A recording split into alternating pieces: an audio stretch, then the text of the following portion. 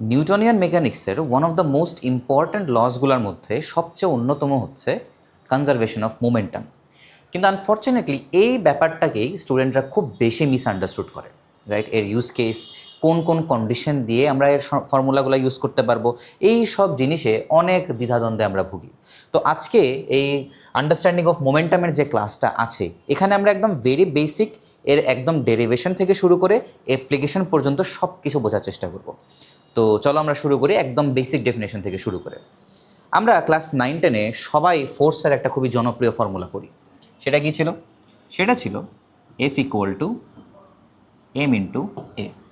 Force equal to mass times acceleration. আমরা যে object, যেহেতু আমরা ক্লাস 9-10-এ শুধুমাত্র একটা অবজেক্টের উপরে পড়ি, অবজেক্ট বলতে একটা পার্টিকেল, রাইট? একটা পার্টিকেলের উপরে, বিন্দু ভরের উপরে যখন আমরা পড়ি, তার ম্যাস যখন আমরা বলি এম এবং তার এক্সেলারেশন যদি এ হয়, তাহলে এম ইন্টু এ আমার এর উপরে ফোর্সটা ইন্ডিকেট করে দেয়, রাইট? অবভিয়াসলি এই যদি কনস্ট্যান্ট হয় তাহলে। এখন কথা হচ্ছে যে এটা তো আমরা বুঝতে পারলাম, কিন্তু নিউটন অ্যাকচুয়ালি এই জিনিসটা কীভাবে লিখেছিল? নিউটন এই জিনিসটাকে exactly F equal to M A আকারে লিখেন নাই। নিউটন তাহলে কীভাবে লিখেছেন? নিউটন লিখেছেন F equal to DDT of M into V. Newton লিখেছেন F equal to DDT of M into V, right? M কি? এম হচ্ছে mass of the point object and V হচ্ছে velocity of the point object, right? Velocity. এখন কথা হচ্ছে এই M into ভিকেই কেন differentiate করতে হলো, রাইট? আমরা জানি এম ইন্টু ভি হচ্ছে ভরবেগ, রাইট? যাকে আমরা পি দ্বারা এক্সপ্রেস করি, ভরবেগ বা মোমেন্টাম যাকে আমরা পি দ্বারা এক্সপ্রেস করি, ঠিক আছে? এখন কথা হচ্ছে এই এম ইন্টু ভিকে আলাদা করে মোমেন্টাম রাশি দ্বারা ডিফাইন করার কি প্রয়োজন ছিল, তাই না? আমরা আমাদের যে ফিজিক্সের মৌলিক রাশিগুলো রয়েছে বা যে কোয়ান্টিটিসগুলো রয়েছে, সেই কোয়ান্টিটিগুলোর মধ্যে খুব জনপ্রিয় দুটা কোয়ান্টিটি হচ্ছে ম্যাস এবং ভেলোসিটি। তাহলে আলাদা করে এই মোমেন্টামটা কেন দাঁড় করানোর প্রয়োজন হলো? অ্যাকচুয়ালি রিজন হচ্ছে আমরা যখন এই আমাদের আজকে ক্লাসে আরও আগাবো তখন আমরা বুঝতে পারবো যে ম্যাস এবং ভেলোসিটি দুইটার থেকেও মোমেন্টাম খুব বেশি ফান্ডামেন্টাল একটা রাশি, রাইট? মোমেন্টামের ডেফিনিশন ম্যাস এবং ভেলোসিটির থেকেও খুব বেশি গুরুত্বপূর্ণ এবং এদের থেকেও খুব বেশি ফান্ডামেন্টাল, ঠিক আছে? তো চলো আমরা ব্যাপারটা বুঝি। যেহেতু নিউটন এটাকে লিখেছেন F equal to DDT of M V, এটা দ্বারা কী বোঝায়? এটা দ্বারা অ্যাকচুয়ালি বোঝায় যে change of momentum. M V যেহেতু মোমেন্টাম, তো change of momentum with respect to time. অর্থাৎ আমরা কি এটাকে এভাবে লিখতে পারি যে F is equal to DP upon d t. Vector ফরম্যাটে লিখলে এভাবে লিখতে হবে, ঠিক আছে? অর্থাৎ ফোর্স হচ্ছে কোনো একটা পয়েন্ট অবজেক্টের ক্ষেত্রে, এই একটা পয়েন্ট অবজেক্টের ক্ষেত্রে যদি তার মধ্যে এফ বল প্রয়োগ করা হয় তাহলে তার মোমেন্টামের চেঞ্জ হয়ে যাবে। তাহলে যেটাকে আমরা টাইমের রেসপেক্টে চেঞ্জ করলে DP upon DT equal to F চলে আসে, ঠিক আছে? যদি তার উপরে এই ফোর্সটা প্রয়োগ করা হয়। আর এই পুরো জিনিসটা আমরা বুঝলাম একটা পয়েন্ট অবজেক্টের ক্ষেত্রে, রাইট? অ্যান্ড সিমিলারলি এই জিনিসটা কি একটা বড় পার্টিকেল সিস্টেমের ক্ষেত্রে হতে পারে না? পয়েন্ট অবজেক্টের ক্ষেত্রে চিন্তা করা খুবই সহজ। এখন এরকম তো একাধিক পয়েন্ট অবজেক্টও থাকতে পারে, তো তাদের ক্ষেত্রে যখন বল প্রয়োগ করা হবে তখন কি হবে? অথবা যদি এই জিনিসটাও না হয় তাহলে আমরা এটাও ভাবতে পারি যে ব্যাপারটা যদি এরকম একটা এক্সটেন্ডেড পাথরের টুকরা যদি থাকে, লেটস সেই পাথরের টুকরার মধ্যেও বিভিন্ন পয়েন্টে আমরা ফোর্স অ্যাপ্লাই করলাম, তখন কি হতো? এই সব কিছু জানার জন্য আমাদের dynamics of system of particles related ধারণা থাকতে হবে। তো অবশ্যই আমরা সেই ধারণায় যাব। তার আগে আমরা আরেকটা বেসিক কনসেপ্ট জেনে নিই। সেটা হচ্ছে এই F equal to DP upon DT, এটা অ্যাকচুয়ালি কী বোঝায়? এই ফোর্সটা কোন ফোর্স? চলো আমরা সেটা একবার বুঝি। ধরে নিলাম আমার কাছে একটা বল আছে, রাইট? এই বলের উপরে আমরা বিভিন্ন টাইপের ফোর্স অ্যাপ্লাই করতেছি, ঠিক আছে? ফোর্সগুলো হতে পারে, লেটস সে এটা হচ্ছে F1 ফোর্স, এটা হচ্ছে F2 force and let's say এটা হচ্ছে F3 ফোর্স, ঠিক আছে? সবগুলো আমি ভেক্টর দ্বারা ডিফাইন করে দিলাম। এখন কথা হচ্ছে আমি যখন লিখেছিলাম F equal to DP upon DT, the DP upon DT was the change of momentum with respect to time of this particular ball, যেটাকে আমি এফ দ্বারা ইকুয়েট করেছিলাম। এখন কথা হচ্ছে এই যে পুরো সিচুয়েশনের মধ্যে একটা বলের মধ্যে তিনটা ফোর্স কাজ করতেছে, আমি কোন এফকে ইকুয়েট করব ডিপি আপন ডিটি দ্বারা? এর উত্তর হচ্ছে নিউটনের সেকেন্ড ল। নিউটন বলেছেন যে বস্তুর ভরবেগের পরিবর্তনের হার তার উপর প্রযুক্ত নিট বলের সমানুপাতিক, ঠিক আছে? নিট বলের সমানুপাতিক। এর মানে কি দাঁড়ালো?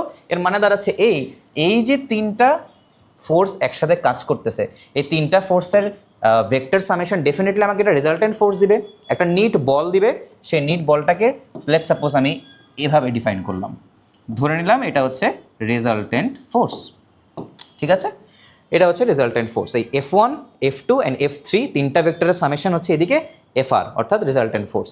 ঠিক আছে, এই রেজাল্টেন্ট ফোর্সটা যেদিকে কাজ করবে এক্স্যাক্টলি ওই দিকেই তার মোমেন্টামের চেঞ্জ ঘটবে। তার মানে এখানে আমি তিনটাকে ইন্ডিভিজুয়ালি না লিখে আমি কি লিখতে পারবো? আমি লিখতে পারবো FR is equal two dp আপন dt। ঠিক আছে, তার মানে এই dp আপন dtটা ইকুয়েট করে কার সাথে? নিট বলের উপর, অর্থাৎ রেজাল্টেন্ট ফোর্সের সাথে। এই সেম জিনিসটাকে আবার এফআরকে আমি কি লিখতে পারবো? আমি এফআরকে লিখতে পারবো এই তিনটা বলের ভেক্টর সামেশন, রাইট?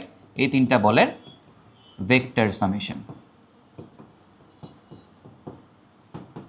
ঠিক আছে, এই হচ্ছে নিউটনের সেকেন্ড ল ওয়াইজ আমাদের এই যে একটা বল বিশিষ্ট যে সিস্টেমটা আমরা কনসিডার করেছি তার মোমেন্টামের ইকুয়েশন।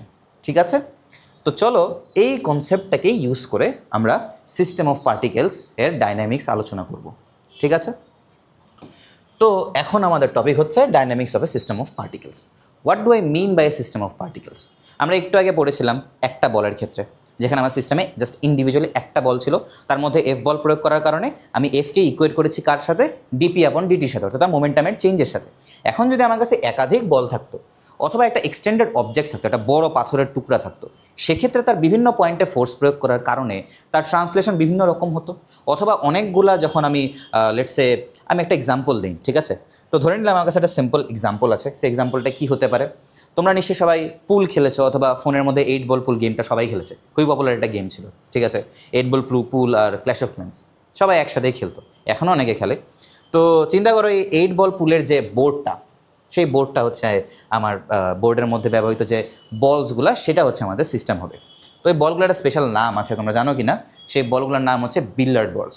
ঠিক আছে, সেই বলগুলোকে ধরো আমি, এটা হচ্ছে আমার টেবিল, রাইট? এই টেবিলের মধ্যে আমি কতগুলো বিলিয়ার্ড বলস আঁকলাম। এই যে তোমরা দেখতে পাচ্ছ এখানে ধরো অনেকগুলা বিলিয়ার্ড বলস আছে। আমি কি করব? আমি dynamics of system of particles, এখানে একটা কথা খুব বেশি গুরুত্বপূর্ণ, সেটা হচ্ছে সিস্টেম। কোনো একটা জিনিসের মোশন কল্পনা করার জন্য আমাকে সিস্টেম স্পেসিফাই করে দিতে হয়। আমরা কতগুলা পার্টিকেলসকে, কতগুলা এই যে এগুলোকে অবশ্যই আমরা একটা পয়েন্ট অবজেক্ট হিসেবে কল্পনা করব, জাস্ট আমাদের সুবিধার্থে। ঠিক আছে, এই কতগুলা পার্টিকেলকে আমরা সিস্টেমের মধ্যে রেখেছি, আগে আগে ধরে নিয়েছি, সেটা খুব বেশি গুরুত্বপূর্ণ, রাইট? কেন? কারণ যখন আমি ধরো আমি এখান থেকে সবগুলাকে নিলাম না, ধরো হচ্ছে আমি এই যে যেগুলোকে আমি হচ্ছে এভাবে দাগাঙ্কিত করেছি সেগুলোকে আমি সিস্টেম থেকে বাদ দিয়ে দিলাম। শুধুমাত্র যেগুলোকে আমি দাগাঙ্কিত করি নাই, অর্থাৎ যেগুলো ফাঁপা রয়ে গেছে, এই যে এই কয়েকটা বলকে আমি কী করলাম? সিস্টেমের মধ্যে কল্পনা করলাম। এই সাদা যে লাইনটা ধরে নাও, এটা হচ্ছে আমাদের সিস্টেম বাউন্ডারি। ঠিক আছে, এই সাদা লাইনটা হচ্ছে সিস্টেম বাউন্ডারি। এই সিস্টেমের মধ্যে, এই সিস্টেম বাউন্ডারির মধ্যে যতগুলা ফাঁপা বল রয়েছে, এই ফাঁপা বলগুলো হচ্ছে আমরা সিস্টেম হিসেবে কনসিডার করেছি। ঠিক আছে, এখন চিন্তা করো যে এই সিস্টেম হিসেবে কনসিডার করলাম, যখন আমি এটা থেকে মোশন কল্পনা করা শুরু করলাম, আমি কোনোভাবেই যেন এই ভুল কাজ না করি যে আমি কোনো একটা বলকে সিস্টেমের মধ্যে ঢুকাই ফেললাম অথবা ভিতরে কোনো একটা বলকে সিস্টেম থেকে বের করে ফেললাম। আমরা যখন মোশন কনসিডার করা শুরু করব, আমরা যখন সিস্টেম একবার ডিফাইন করে ফেলবো, তখন কোনো অবস্থাতেই সিস্টেমটাকে চেঞ্জ করা যাবে না। অর্থাৎ সিস্টেমের মধ্যে কোনো নতুন বল ঢোকাতে পারবো না, সিস্টেম থেকে কোনো একটা বল আমরা বাইরে বের করতে পারবো না। আমাদের ইনিশিয়ালি সিস্টেম ধরার স্বাধীনতা আছে। আমরা ইভেন কি এই বলগুলো না, এই পুরো টেবিলটাকেও সিস্টেম ধরতে পারতাম, আমাদের সিস্টেম ধরার স্বাধীনতা ছিল, right? We have the freedom to choose the system.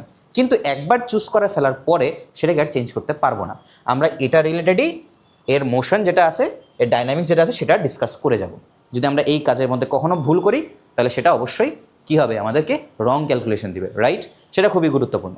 এই জিনিসটা কেন গুরুত্বপূর্ণ সেটা হচ্ছে আমরা রেডিউস ম্যাথস যখন করবো, স্পেশালি হচ্ছে রকেট্রি মোশন, তারপর হচ্ছে কোনো একটা গাড়ির ওপরে যখন বালু ছেড়ে দেওয়া হচ্ছে অথবা গাড়ি থেকে বালু পড়ে যাচ্ছে, এই ধরনের মোশন ডিসকাস করবো, তখন তোমরা বুঝতে পারবা যে সিস্টেমটাকে ফিক্স রাখা অ্যাকচুয়ালি কতটুকু ইম্পর্টেন্ট। ঠিক আছে, তো সেই চিন্তা আপাতত বাদ, আমরা আমাদের বোর্ডে ফিরে যাই কী হচ্ছে। তো আমি এটাকে সিস্টেম বাউন্ডারি ধরে নিলাম, এটা হচ্ছে আমার সিস্টেমের মধ্যে যে বলগুলো আমি কনসিডার করেছি সেটা। ওকে, তো তোমরা একবার চিন্তা করো যে শুরুতে যেহেতু সবগুলা বল ফিক্স অবস্থায় আছে, কিছুই ঘটে নাই। ধরো কোনোভাবে একটা বাইরে থেকে আমি একটা বলকে ধাক্কা দিলাম, ধাক্কা দেওয়ার ফলে কী হলো, এই বলগুলো একটার সাথে বাড়ি খাবে, কিছু বল দেখা যাবে যে ওয়ালের সাথে বাড়ি খাচ্ছে, এই জিনিসটাই তো হবে, তাই না? এখন তাহলে চিন্তা করো এখানে কয় ধরনের ইন্টারাকশন হচ্ছে। ইন্টারাকশন অ্যাজ ইন আমি ফোর্স বোঝাচ্ছি, যখন দুইটা বল একটার সাথে বাড়ি খাবে সেখানে একটা ইন্টারাকশন হবে। আর ইন্টারাকশন হওয়া মানে কি, এদের মধ্যে একটা ফোর্স কাজ করতেছে, একটার মধ্যে যদি ক্রিয়া প্রয়োগ করে অপর বলটাও তার উপরে প্রতিক্রিয়া বল প্রয়োগ করবে, এটা হচ্ছে ইন্টারাকশন। তো আমি যখন কথার মধ্যে ইন্টারাকশন শব্দটা ইউজ করবো তোমরা বুঝে নেবে আমি ফোর্স বোঝাচ্ছি, ঠিক আছে, ফর সিম্পলিফিকেশন। তো চলো আমি আবার বোর্ডে ফিরে যাই। তো যখন আমি দেখতে পাবো যে আমি একটা বলকে যখন ধাক্কা দিব, বলগুলো নিশ্চয়ই একটার সাথে বাড়ি খাওয়া শুরু হবে, ইন্টারেক্ট করবে। অ্যান্ড কয় ধরনের ইন্টারাকশন দেখা যাবে, চলো আমরা দেখি আসলে কয় ধরনের ইন্টারাকশন আমরা পাচ্ছি এখানে। তো আমি এখানে ইন্টারাকশনের টাইপগুলো লিখলাম, দেখি আসলে আমরা কয় ধরনের ইন্টারাকশন দেখতে পাচ্ছি, ঠিক আছে। তো যে কোনো ধরনের আমি একটা র্যান্ডম বল ধরলাম, লেটস সে আমি এই যে বলটা, এই বলটাকে কল্পনা করলাম, ঠিক আছে। এই বলটাকে যদি আমি কল্পনা করি, এই বলটা কীভাবে বাড়ি খেতে পারে, এই বলটা তার সিস্টেমের মধ্যেই অপর একটা বলের সাথে বাড়ি খেতে পারে না? অবশ্যই। অর্থাৎ যদি এই যে আমি সবুজ দাগ দিয়ে যে বলটাকে ইন্ডিকেট করলাম, এই বলটা কিন্তু চাইলে তার সিস্টেমের মধ্যকার কিন্তু আরেকটা বলের সাথে বাড়ি খেতে পারে, রাইট? এভাবে সিস্টেমের মধ্যে দুইটা বলের সাথে বাড়ি খেতে পারে, এটা হচ্ছে একটা ইন্টারাকশন। এই ইন্টারাকশনটা কী হচ্ছে, সিস্টেমের ভিতরে হচ্ছে। সিস্টেমের মধ্যে যে বলগুলোকে আমি ঢুকাইছিলাম সেই বলগুলোর মধ্যেই কিন্তু এই ইন্টারাকশনটা হচ্ছে। তার মানে এই ইন্টারাকশনটাকে কি আমি ইন্টারনাল ইন্টারাকশন বলতে পারি? আনসার হচ্ছে অবভিয়াসলি ইয়েস। তুমি চিন্তা করো যখন এই দুইটা বল একটার সাথে ধাক্কা দিবে বা ইন্টারাক্ট করবে, তখন এদের মধ্যে কি একটা ফোর্স প্রয়োগ করা হবে না? অবশ্যই একটা বল একটা বলের উপরে কি ফোর্স প্রয়োগ করবে না? অবভিয়াসলি এই যে আমি দুইটা ফোর্সের লাইন আঁকলাম সেটা একই বলের উপরে না, কিন্তু দুটা ডিফারেন্ট বলের উপরে, তাই না? তো অবভিয়াসলি এখানে একটা ফোর্স প্রয়োগ করা হবে না। আমি যদি ধরো আমি শুধুমাত্র একটা বলের কথাই চিন্তা করি, লেটস আমি দুইটা বলের কথা চিন্তা না করলাম, আমি ধরলাম এই যে আমি সবুজ দ্বারা দাগাঙ্কিত যে বলটা করছি সেই বলটা এই বলের সাথে এই লাল বলের সাথে ধাক্কা হয়েছে। ধাক্কা খাওয়ার ফলে কি হবে, এই যে সবুজ দাগ দ্বারা আমি ইন্ডিকেট করছি এই বলটা ডেফিনেটলি একটা ফোর্স অনুভব করবে এই দিক বরাবর ধাক্কা খাওয়ার ফলে। এইভাবে ধাক্কা খাওয়ার ফলে একটা এই দিক বরাবর বল অনুভব করবে, রাইট?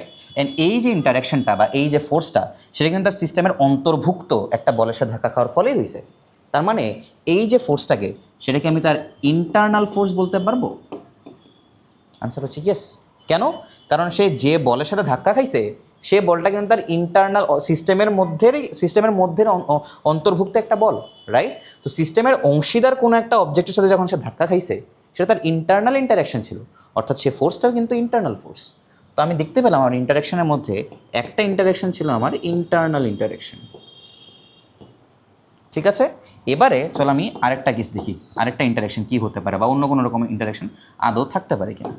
এবারেও যদি আমি সিস্টেমের এই বলটাকে চিন্তা করি, তুমি একটু ভেবে দেখো তো এই বলটা কী করতে পারে। সিস্টেমের বাইরে যে বলটা আছে, এই যে আমি দাগ দিয়ে অর্থাৎ নিডেড যে বলটা আছে, এই বলটার সাথে কি ধাক্কা খেতে পারে না? অবশ্যই পারে। সে চাইলে এভাবে এই বলটার সাথেও ধাক্কা খেতে পারে, যার কারণে সে দিক বরাবর একটা ফোর্স অনুভব করবে, তাই না? এই বলটা চাইলে কিন্তু এই যে দেওয়ালগুলো টেবিলের যে ওয়ালগুলো আছে সেটার সাথেও ধাক্কা খেতে পারে, রাইট? ধরে নিলাম সে এভাবে একটা ওয়ালে ধাক্কা খেলো, এই ওয়ালের নর্মাল ফোর্সটা কিন্তু তার দিকে এভাবে আসবে না? অবশ্যই আসবে। কিন্তু এই যে ইন্টারাকশনগুলো অ্যাকচুয়ালি কিসের ইন্টারাকশন? তুমি চিন্তা করে দেখো তো, এই ইন্টারাকশনটা কি আমাদের সিস্টেমের ভেতরের ইন্টারাকশন ছিল? যদি সিস্টেমের অন্তর্ভুক্ত অংশের সাথে সে বাড়ি খেত বা ইন্টারাক্ট করতো তাহলে আমি ইন্টারনালে রাখতে পারতাম। কিন্তু সিস্টেমের বাইরের বল এবং সিস্টেমের বাইরের যে টেবিলের দেয়ালটা, এই দুটো কিন্তু সিস্টেম থেকে অ্যাকচুয়ালি বাইরে। তো এদের মধ্যে যে ইন্টারাকশনটা এটা কিন্তু আমি ইন্টারনালে রাখতে পারবো না। তাহলে এটাকে কী বলতে হবে? এই যে ইন্টারাকশন সেটাকে আমরা বলবো হচ্ছে এক্সটার্নাল ইন্টারাকশন, রাইট? মাথায় রাখতে হবে যখন সিস্টেমের মধ্যেই অন্তর্ভুক্ত দুটো অবজেক্ট একটার সাথে ইন্টারাক্ট করবে, সেটা এরকম সিম্পল কেসে কলিজন হতে পারে, অন্যান্য কেসে আমরা দেখবো যে কলিজন হচ্ছে না বাট ইন্টারাকশন আসে, ঠিক আছে। যদি ইন্টারাক্ট করে তাহলে সেটাকে আমি ইন্টারনালে রাখতে পারতেছি। কিন্তু সিস্টেমের বাইরের অন্তর্ভুক্ত বা সিস্টেমের বহির্ভুক্ত, সিস্টেমের বাইরে যে জিনিসপত্রগুলো আছে, যে অবজেক্টগুলো আছে সেগুলোর সাথে ধাক্কা খেলে সেটাকে আমি কখনোই কী করতে পারবো না, ইন্টারনালে রাখতে পারবো না। সেটার জন্য আলাদা নাম হচ্ছে এক্সটার্নাল ইন্টারাকশন। অর্থাৎ এই যে দুইটা ফোর্স সেটাকে আমি বলবো কি এক্সটার্নাল ফোর্স, রাইট? অর্থাৎ এফ এক্সটার্নাল, ঠিক আছে। তার মানে আমি ইন্টারাকশনের আরেকটা ফরম্যাট পেয়ে গেলাম, সেটা হচ্ছে এক্সটার্নাল। আমি দেখতে পেলাম এই পুরা যে একটা সিচুয়েশন, এই সিচুয়েশনের মধ্যে দুই ধরনের ইন্টারাকশন আছে, একটা হচ্ছে ইন্টারনাল ইন্টারাকশন আর একটা হচ্ছে এক্সটার্নাল ইন্টারাকশন। আশা করি তোমরা বুঝতে পেরেছো। চলো এবারে আমি কি করব, এবারে প্রত্যেকটা বলের ক্ষেত্রে আমরা ইকুয়েশন লেখার চেষ্টা করব। চলো দেখি কীভাবে লেখা যায়। এবারে আমরা একটা ইন্ডিভিজুয়াল বলের দিকে তাকাই। আমি কি দেখলাম, আমি একটু আগেই দেখলাম যে প্রত্যেকটা বলের জন্য দুইটা টাইপের ইন্টারাকশন ছিল, একটা ছিল এক্সটার্নাল ইন্টারাকশন আর একটা ছিল ইন্টারনাল ইন্টারাকশন, রাইট?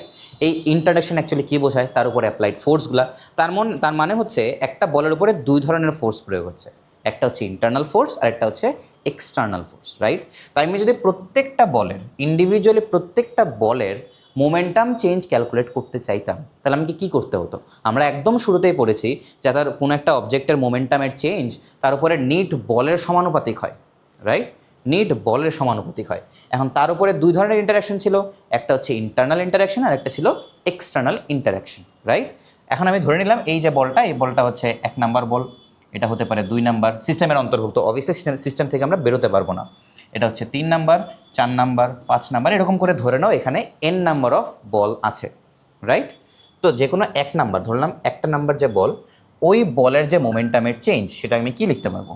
ওই বলের মোমেন্টামের চেঞ্জ হচ্ছে dp1/dt, এটা হচ্ছে তার মোমেন্টামের চেঞ্জ। এখন এই যে মোমেন্টামের চেঞ্জটা, এটাকে আমি কি লিখতে পারবো? এর উপরে প্রযুক্ত নিট বলের সমানুপাতিক। আর আমরা দেখেছি দুই ধরনের বল আছে, একটা হচ্ছে এক্সটার্নাল ফোর্স, একটা হচ্ছে ইন্টারনাল ফোর্স। তাহলে কি আমরা অবভিয়াসলি এটাকে লিখতে পারবো যে 1 নাম্বার বলের উপরে প্রযুক্ত internal force which was F internal 1 vector plus external force F external 1, right? 1 number বলের উপরে প্রযুক্ত net force is equal to 1 number বলের মোমেন্টামের চেঞ্জ, যেটা ছিল আমাদের নিউটনের দ্বিতীয় সূত্র, তাই না? এরকম করে আমরা সেকেন্ড বলের ক্ষেত্রে লিখতে পারবো। তো সেকেন্ড বলের ক্ষেত্রেও যদি আমি লিখি তাহলে কী দাঁড়াবে?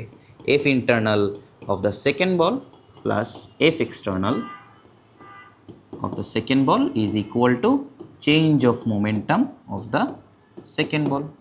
এরকম করে করে করে করে আমরা n বলের জন্য লিখতে পারবো। ধরে নিলাম আমাদের সিস্টেমে nটা বল আছে, let's say this system consists of n balls, ঠিক আছে? তাহলে nth বলের জন্য আমি লিখতে পারবো, nth বলের জন্য যদি আমি লিখি তাহলে কি লিখতে পারবো? F internal n plus F external n is equal to change in momentum of the nth ball, ঠিক আছে? এখন এই সবগুলা ইকুয়েশন, অর্থাৎ প্রত্যেকটা বলের জন্য সবগুলা ইকুয়েশন যখন আমরা যোগ করব, তখন আমরা সিস্টেমের টোটাল ডাইনামিক্সটা, সিস্টেমের প্রত্যেকটা বলের জন্য যখন আমরা ডাইনামিক্সের ইকুয়েশন লিখতে পারবো, সবগুলো যদি আমি যোগ করে দেই তাহলে সিস্টেমের টোটাল যে ডাইনামিক্সের ইকুয়েশন, একটা ইকুয়েশন আসবে, সেটা আমরা ইজিলি বের করে ফেলতে পারবো। ধরে নাও যদি আমি পুরোটা যোগ করি তাহলে আলটিমেট আমার ইকুয়েশন কী দাঁড়াবে? অবশ্যই আমার ইকুয়েশন দাঁড়াবে হচ্ছে, আমি এই পাশে লিখি, সামেশন অফ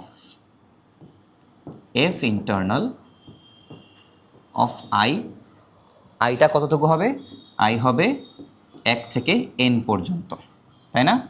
অর্থাৎ 1 থেকে n পর্যন্ত প্রত্যেকটা বলের ইন্টারনাল ফোর্সের সামেশন যদি আমরা এই বরাবর যোগ করতে থাকি, অ্যান্ড এই বরাবর যোগ করলে কী হবে? এক্সটার্নাল ফোর্সের সামেশন আসবে, তাই না? তাহলে আমি কি লিখতে পারবো? আমি লিখতে পারবো summation of i equal to 1 থেকে n পর্যন্ত F external of I is equal to summation of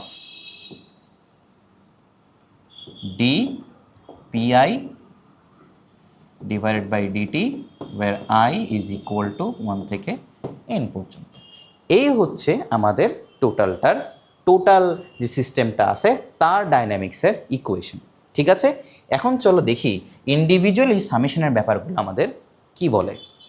চলো এবার এই পুরো ডাইনামিক্সের ইকুয়েশনটা আমরা ভেঙে ভেঙে বোঝার চেষ্টা করি। প্রথমে আমরা ইকুয়েশনের প্রথম পার্টে দেখতে পাচ্ছি এখানে সামেশন অফ ইন্টারনাল ফোর্সেস আছে, অর্থাৎ সিস্টেমের মধ্যে আমি যে বলগুলো কনসিডার করেছিলাম সেই বলগুলোর ইন্টারনাল ফোর্সের সামেশন এখানে আছে, তাই না?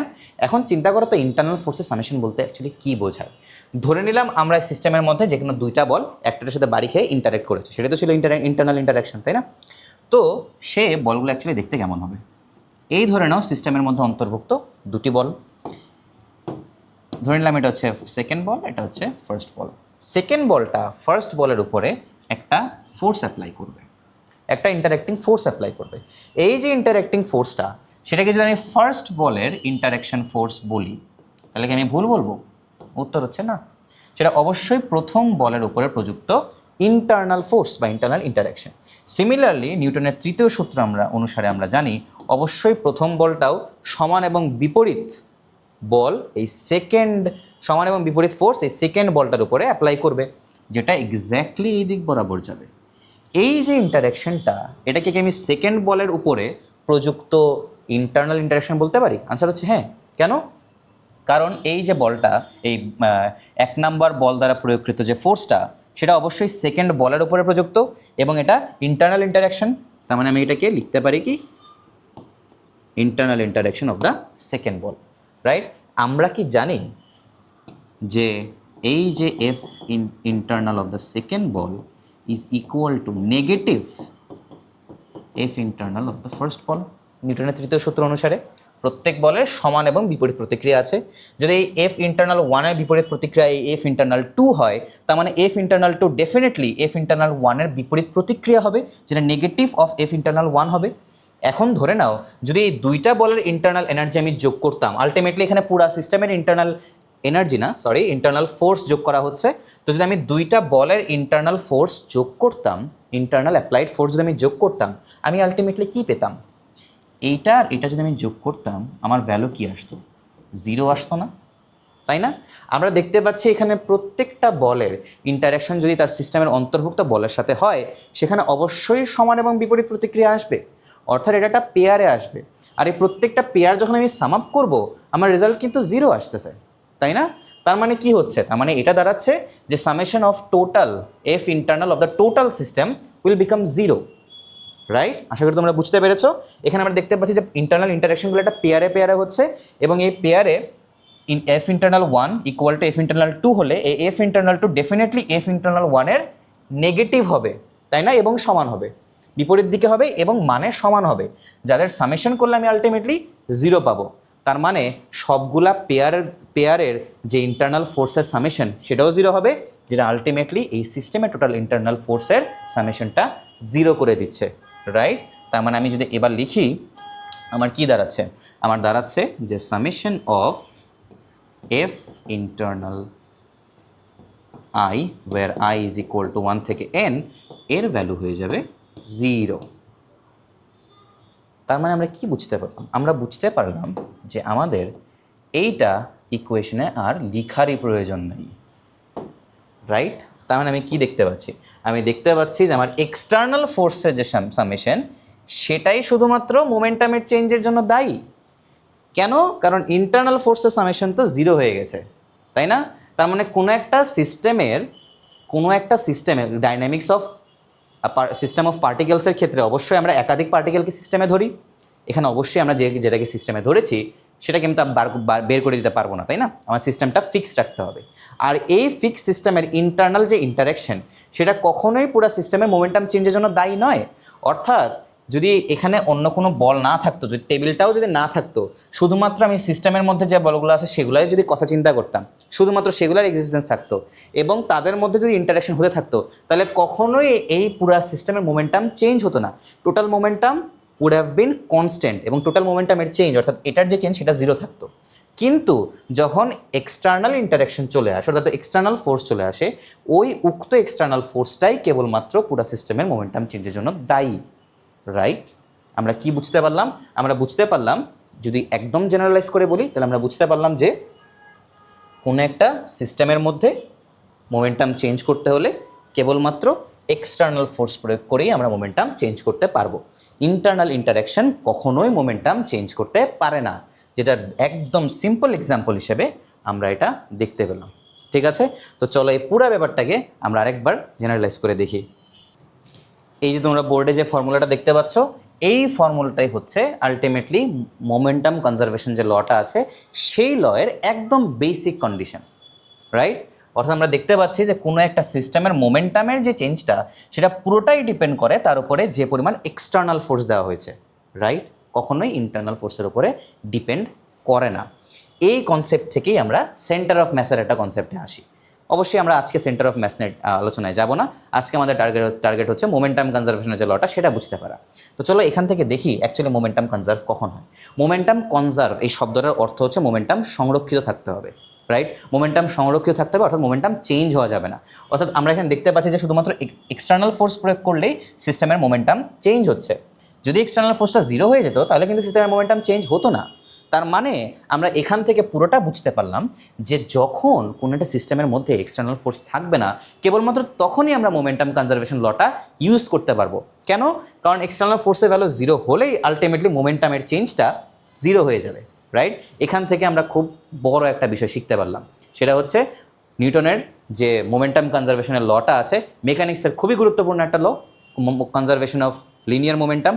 সেখান থেকে সেটা যদি আমাদের অ্যাপ্লাই করতে হয় তাহলে অবভিয়াসলি সিস্টেমের মধ্যে কোনো এক্সটার্নাল ফোর্স থাকা যাবে না। তো চলো এটার একটা প্রপার অ্যাপ্লিকেশন আমরা দেখে আজকের ক্লাসটা শেষ করব। আমরা এই এক্সাম্পলটা একবার দেখি। এক্সাম্পলে কী আছে? এটা একটা খুবই সুন্দর দেখতে একটা সিস্টেম।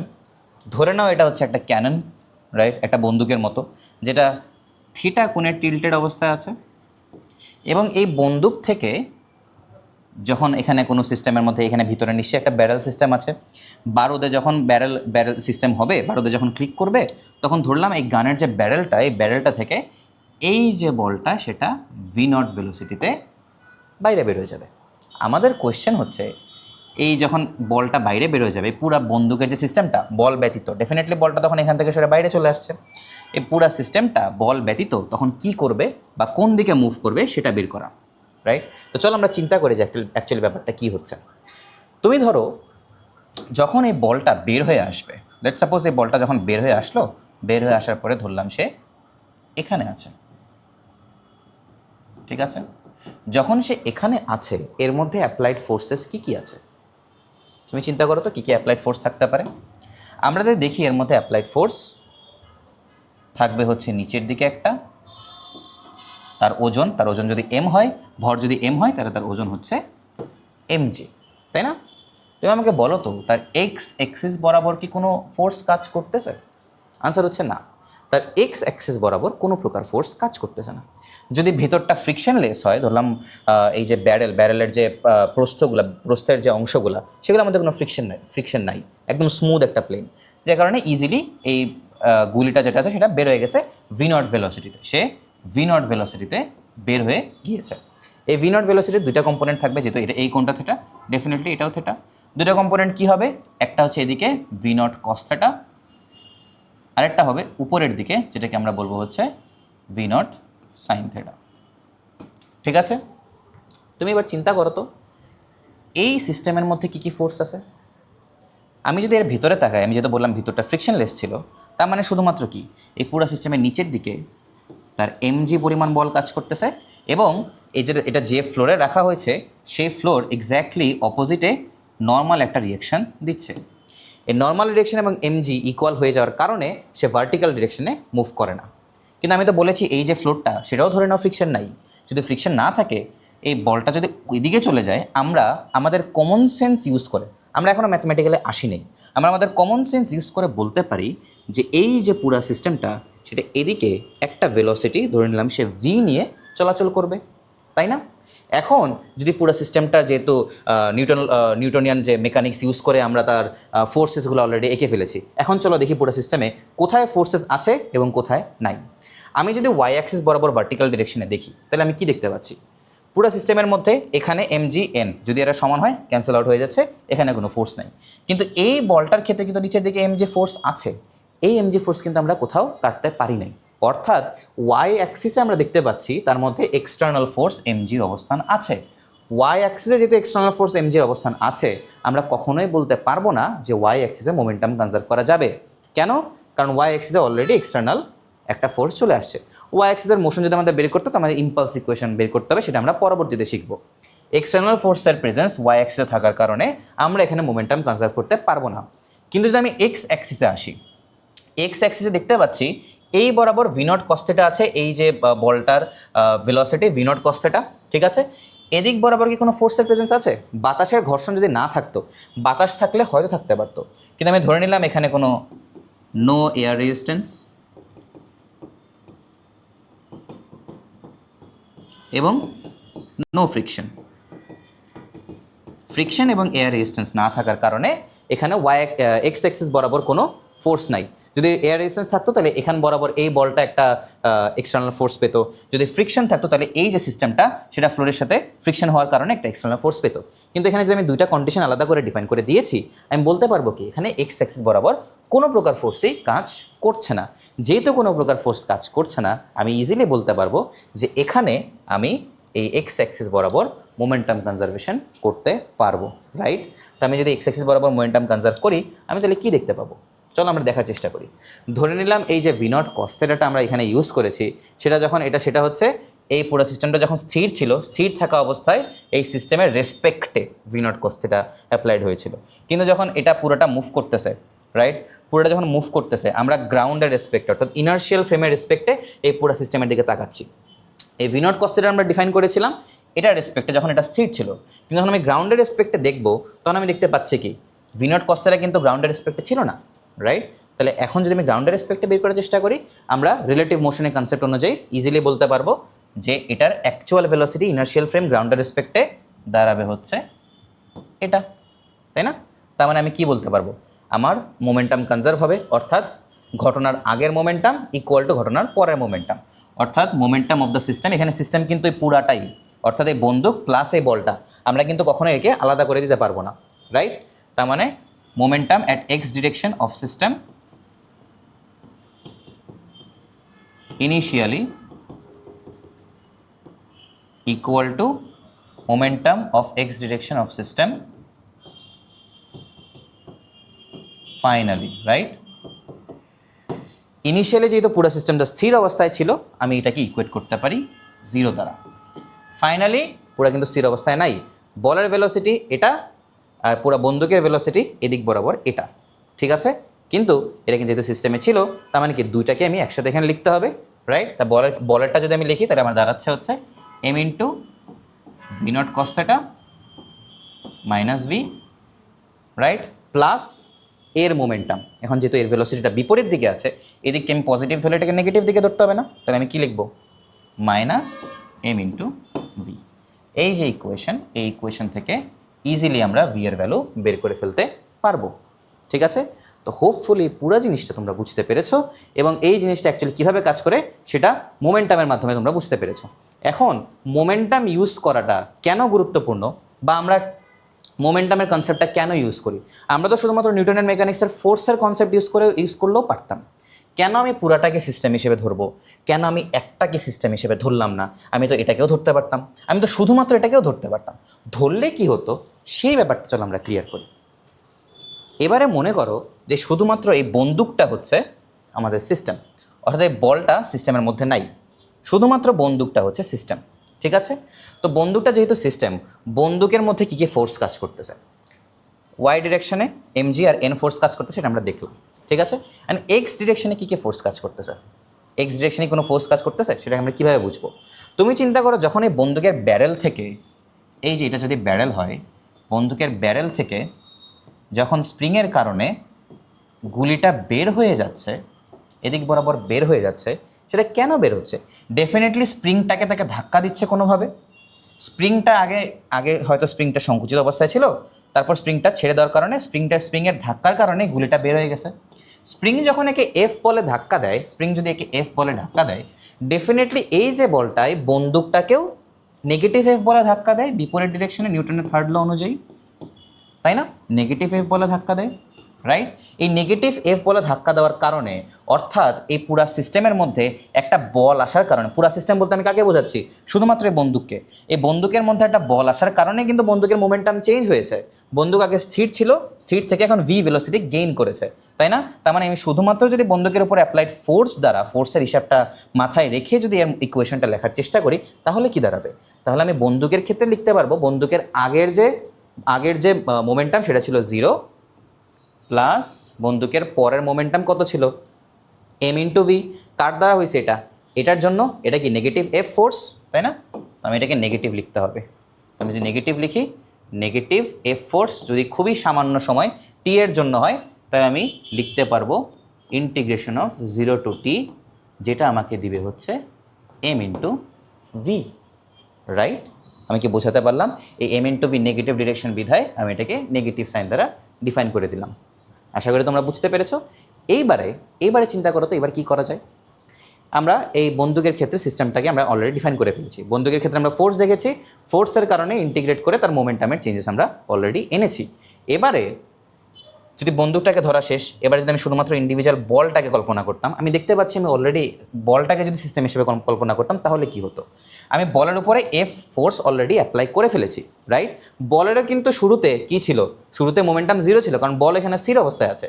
বলের উপরে যখন এফ ফোর্স প্রয়োগ করা হয় তখন কি হবে, বলের উপরে এফ ফোর্স প্রয়োগ করার কারণেই কিন্তু নিউটনের সেকেন্ড ল অনুযায়ী তার মোমেন্টাম চেঞ্জ হচ্ছে, তার মধ্যে ভি নট ভেলোসিটি আসতেছে, রাইট? আমি যদি শুধুমাত্র এক্স ডিরেকশনের কথা চিন্তা করি, এখানে আমি যেটা করেছি সেটার কারণে কিন্তু শুধুমাত্র এক্স ডিরেকশনটা মাথায় আসতে হবে। কেন? কারণ এই যে ফোর্সটা এখানে অ্যাপ্লাই হয়েছে তার দুটো কম্পোনেন্ট থাকবে, একটা কম্পোনেন্ট এদিক বরাবর যেটা হচ্ছে এফ অফ ওয়াই, আর একটা কম্পোনেন্ট এদিক বরাবর যেটা হচ্ছে এফ অফ এক্স। এই এফ অফ ওয়াইটা এখানে যদি আমি বসাই তাহলে এখানে যোগ হয়ে যাবে, যেটা নিউট্রালাইজ হয়ে যাবে তার নর্মাল ফোর্স দ্বারা, তাই না? কিন্তু এই এফ অফ এক্সে কিন্তু কেউ নিউট্রালাইজ করতেছে না, এফ অফ এক্সটা কিন্তু এই দিকে কাজ করতেছে। এফ অফ এক্সটা এই দিয়ে কাজ করার কারণে বন্দুকের মোমেন্টাম এদিকে চেঞ্জ হয়েছে, যেখানে আমরা দেখতে পাচ্ছি তার ভেলোসিটি কিন্তু এই ডিরেকশনে, রাইট? তার মানে নিউটনের সেকেন্ড ল এখানে আমরা প্রুফ করতে পারতেছি, ফলো করতে পারতেছি। এখানে যখন এফ এক্স এই বরাবর কাজ করে, অর্থাৎ তার নিট ফোর্সটা এই বরাবর কাজ করে, তার ভেলোসিটি চেঞ্জটা এই বরাবর কাজ করে, অর্থাৎ মোমেন্টামের চেঞ্জটাও এই বরাবর হচ্ছে। সেম ব্যাপার এর ক্ষেত্রেও কী হবে, এর ক্ষেত্রে অ্যাপ্লাইড বল যে এফটা ছিল সেটাও দুটা কম্পোনেন্টে ভাগ হয়ে যাবে, F of Y and F of X. এই এফ অফ ওয়াইটা কোথায় যাবে, আমি যদি এখানে দেখাই তাহলে এফ অফ ওয়াইটা এখানে চলে আসবে, যেটা বিয়োগ হয়ে যাবে কার সাথে, এমজির সাথে, MG minus F of Y, right? শুধুমাত্র এই টি মোমেন্টের জন্যই, যতক্ষণ পর্যন্ত সে কানেকশনে ছিল। বের হয়ে গেলে কিন্তু সেটা থাকবে না, রাইট? তো এটা বের হওয়ার সিচুয়েশনে যদি আমি দেখি তাহলে কিন্তু এফ অফ ওয়াই নাই, কিন্তু শুধুমাত্র এই জায়গায়, রাইট? এই জায়গার মোমেন্টে যখন জাস্ট ধাক্কাটা দেয়, সেটা ডেফিনেটলি খুবই ছোটো মোমেন্ট হবে, ধাক্কাটা দেয় ওই মোমেন্টেই কিন্তু এফ অফ ওয়াই এক্সিস্ট করতো, এরপরে কিন্তু আর করে না, রাইট? ঠিক আছে, তো আমরা বুঝতে পারলাম। এখন যদি আমরা এফ অফ এক্সের ডিরেকশনে এই বলটার ইম্পালস ইকুয়েশন লিখতাম তাহলে কি দাঁড়াতো, শুরুর দিকে ভেলোসিটি ছিল 0, মোমেন্টামও ছিল 0, প্লাস যেহেতু এবার পজিটিভ ডিরেকশন লাগতেছে, integration of F of X into d t starting from 0 to t। এই টি কতটুকু সময়, টি হচ্ছে যতক্ষণ পর্যন্ত স্প্রিংটা তাকে ধাক্কা দিয়েছে, অর্থাৎ ইন্টারাকশনের সময়টা, ডেফিনেটলি সেটা খুবই ক্ষুদ্র সময় হবে, ইকুয়াল টু গ্রাউন্ডের রেসপেক্টে এক্স ডিরেকশনে that would be M into V naught cos theta minus V. এটা হচ্ছে আমাদের সেকেন্ড ইকুয়েশন, এটা ছিল আমাদের ফার্স্ট ইকুয়েশন। তুমি চিন্তা করো তো যদি আমি এই দুটা ইকুয়েশনকে এবার যোগ করতাম তাহলে আমার আনসার কি দাঁড়াতো। আমি যদি এই দুটা ইকুয়েশনকে এবার যোগ করি, তোমাদের সুবিধার জন্য আমি এটা ছোট করে দিচ্ছি, আমি যদি এই দুটা ইকুয়েশনকে এবার যোগ করি তাহলে আমার কি দাঁড়াচ্ছে, তাহলে আমার দাঁড়াচ্ছে দুটো ইকুয়েশনকে যোগ করার ফলে এই সাইডে negative integral of F of X d t from 0 to t plus positive integral of F of X d t from 0 to t gets cancel out, কারণ সাইন ডিফারেন্ট। 0 ইকুয়াল টু এই পাশের জন্য কি ছিল, M into V naught cos theta minus V minus M into V. এই ইকুয়েশনটাই কি পরিচিত মনে হচ্ছে? এই ইকুয়েশনটাই কিন্তু আলটিমেটলি আমাদের পূর্বের ইকুয়েশনের সাথে ম্যাচ করে, রাইট? অর্থাৎ আমরা বুঝতে পারলাম যে আমাদের মোমেন্টাম কনজারভেশনের ল ইউজ করাটা কতটুকু গুরুত্বপূর্ণ। আমরা জাস্ট নিউটনের মেকানিক্সে ইম্পালস ইকুয়েশন লিখে কত বড় একটা সিস্টেমকে আলাদা আলাদা ইকুয়েশন লিখে প্রত্যেকটাকে আলাদা আলাদা সিস্টেম ধরে তারপরে সলিউশনে আসলাম এখানে। কিন্তু যখন আমি মোমেন্টাম কনজার্ভ করলাম, আমি দেখলাম আমার টোটাল সিস্টেমের এক্স অ্যাক্সিস বরাবর তো ভাই কোনো এক্সটার্নাল ফোর্স নাই, তাহলে মোমেন্টাম কনজার্ভ করতে পারতেছি। তখন আমি জাস্ট একটা দুইটা লাইন লেখার মাধ্যমে এটাকে এই যে ইকুয়েশন, এই ইকুয়েশনে পৌঁছে গেলাম, অতিরিক্ত কাজগুলো আমাকে করতে হয়নি, রাইট?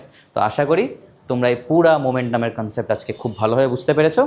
ধন্যবাদ সবাইকে।